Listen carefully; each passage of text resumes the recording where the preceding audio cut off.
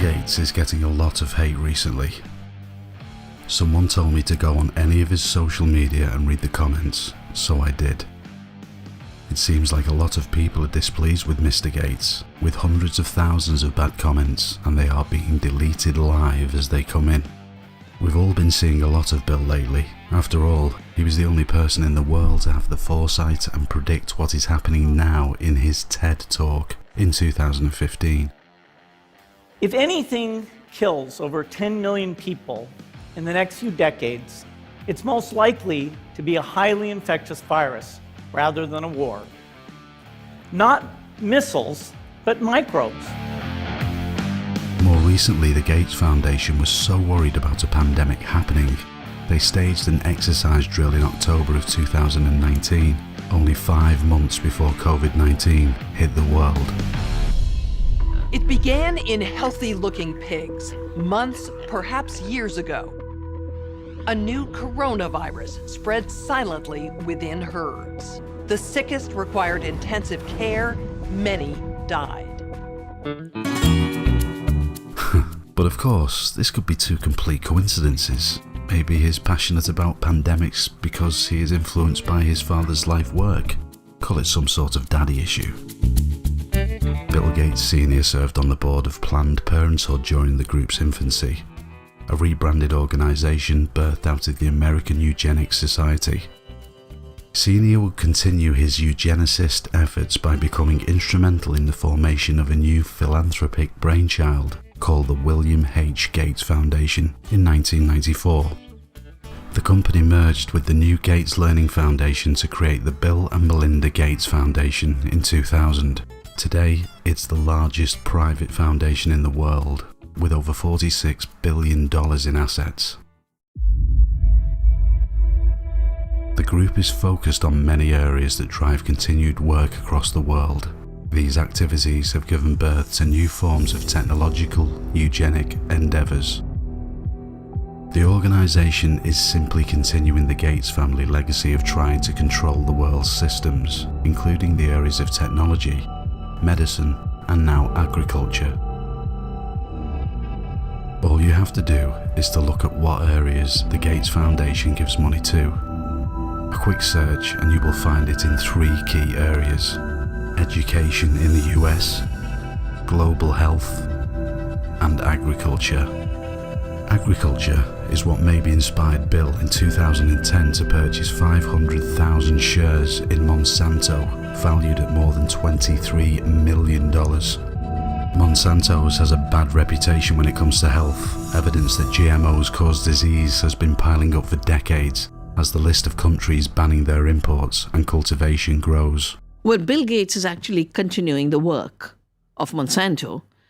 Bill Gates is still imposing and forcing GMOs, which is a failed enterprise. And he's not just imposing GMOs, he's taking what has failed and rejected by governments. My government threw the BT aubergine of Monsanto out. Bill Gates resurrects it in Bangladesh. But maybe Bill didn't know that, right? I'm sure he had nothing but the best intentions. In 2006, an article in The Economist magazine introduced the term philanthrocapitalism to describe a trend sweeping philanthropic institutions, the tendency for a new breed of donors to conflate business aims with charitable endeavours, making philanthropy more cost-effective and financially profitable. So how could anyone criticise philanthropists that give a fortune to the needy? Should we just accept the version he tells us on face value? 30 years ago, about 70% of the World Health Organization's budget came from what were called assessed contributions. These were contributions made by member states and that were given to a pooled fund that the World Health Organization had jurisdiction over dispersing. In the past 30 years, we've seen a significant shift in that now 70% of the World Health Organization's budget comes from what are called voluntary contributions from bodies like the Gates Foundation. Those voluntary contributions can be stipulated for specific causes and programs that are indicated and directed by the donors themselves. So we've seen a problem that the World Health Organization's priority setting has been in many ways distorted and in some ways perverted by the rise of voluntary contributions, which at face value seem irreproachable, because how can we argue against giving money to something as important as global health? But at the same time, the way it's been donated has been done in a way that might be causing more disruption, more unhelpful disruption at the World Health Organization than is useful. In a way, Mr. Gates, he's become in a way a sort of unofficial global health czar. He in some ways does act as a sort of honorific diplomatic envoy on behalf of corporations like Coca-Cola and to some extent Monsanto in sub-Saharan Africa, and he was never elected or appointed to do so. So it does raise some serious questions surrounding accountability. Gates has proved there is a far easier path to real political power, a way that allows unelected billionaires to shape public policy in ways that always generate favourable headlines. Charity. Not only do you have the Gates Foundation doing this, dispersing $3 billion a year, but you have the Waltons, you have abroad, you have a growing number. And if the Boston College folks are correct, then we're going to have another 25 of these mega foundations run by 2 or 3 family members. I mean, this seems to me to be a threat to democratic institutions, particularly in public policy making, where if a Gates can have a major influence on American education policy, what can 25 Gateses do to American policy in other fields? Microsoft co-founder Bill Gates stepping down. Gates announced in 2008 that he would step away from Microsoft to focus on his efforts on philanthropy, describing his philanthropic approach by creative capitalism to connect the promise of philanthropy with the power of private enterprise. The result has been a new model of charity in which the most direct beneficiaries are sometimes not the world's poor, but the world's wealthiest, in which the goal is not to help the needy, but to help the rich help the needy. But still, we all heard the news in the past that the Gates Foundation eradicated polio. Surely that's a good thing. Because some people think Gates is eradicating polio. Polio campaign, eradication campaign, has been ongoing since prior to the inception of the Gates Foundations. Polio was still a problem to a certain extent in developing nations, but not nearly as much as a problem of other health ailments.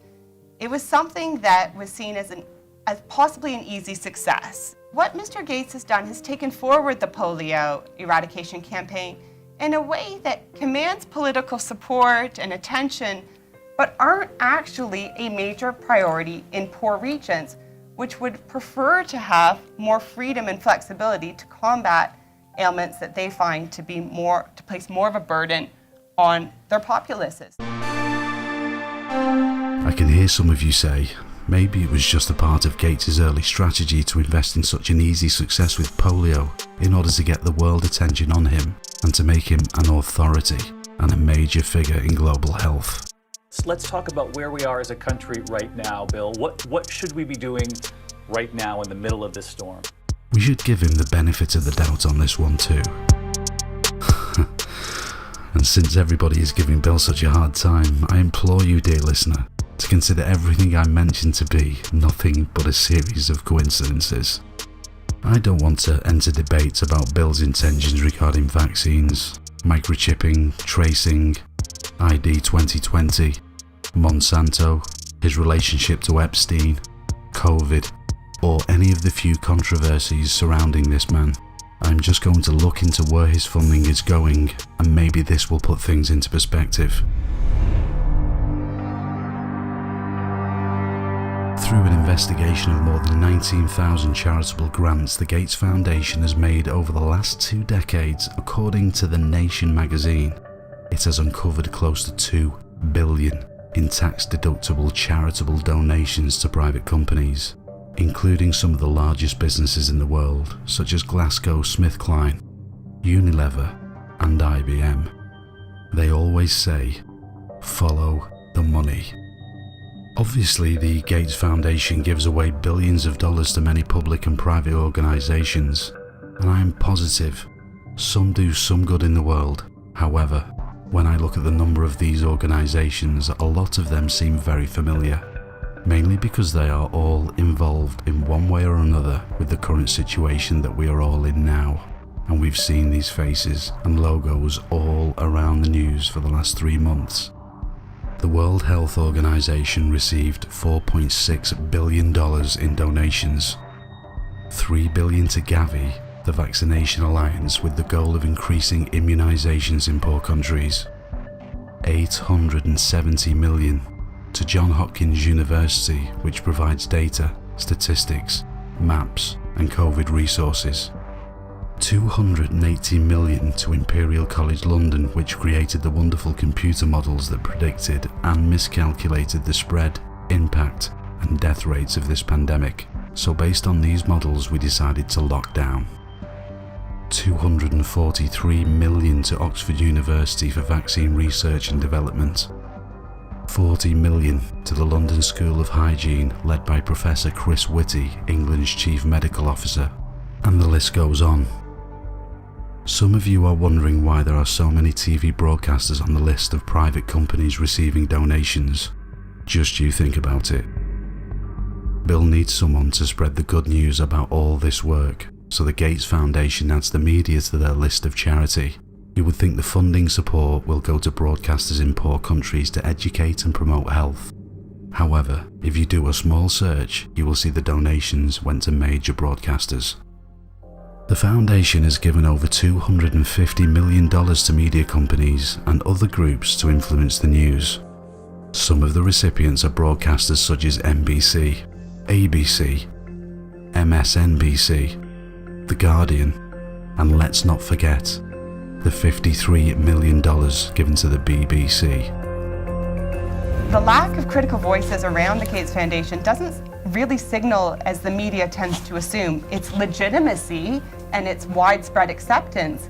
It's a sign of the opposite. It's a sign of an organization that's seen as so powerful that few dare reproach it.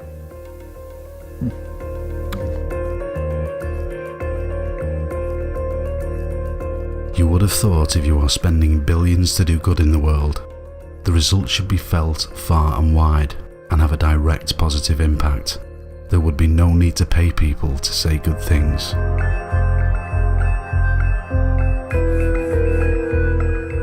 All the information is out there. We just need to organise it and share our resources, educate others, and encourage those who see injustices and attacks on our humanity to speak out. Only then we could see the full picture with solid proof, and if there is any wrongdoing, we will be in a position to take legal action. Think about it. I don't know if there is any wrongdoing happening, but if there is, who would dare speak against $46 billion? Is it okay for billionaires to hide behind the label of charity, to escape any government regulation or interference? Should we blindly trust these billion-dollar foundations that are more powerful and have a higher GDP than a lot of the nations around the world, simply because they say their intentions are good? Is there too much power in the hands of these unelected billionaires in shaping our public policy? I have just shown you the beginning of the rope, so please go and do your own research and make up your own mind.